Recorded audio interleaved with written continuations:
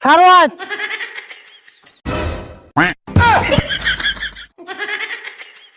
Sir এটা কি হলো? আমার সিগন্যাল মতো বের ধরবে তো আমি আউড়িলাম। আমি আম্পায়ার, আমার মতই তো বের ধরে নেব। তাহলে আমার স্ট্যাম্প দিয়ে তো ফাঁকে বের ধরালেন কে? তুমি তাহলে স্ট্যাম্প লোকে নিয়ে যাবে গে।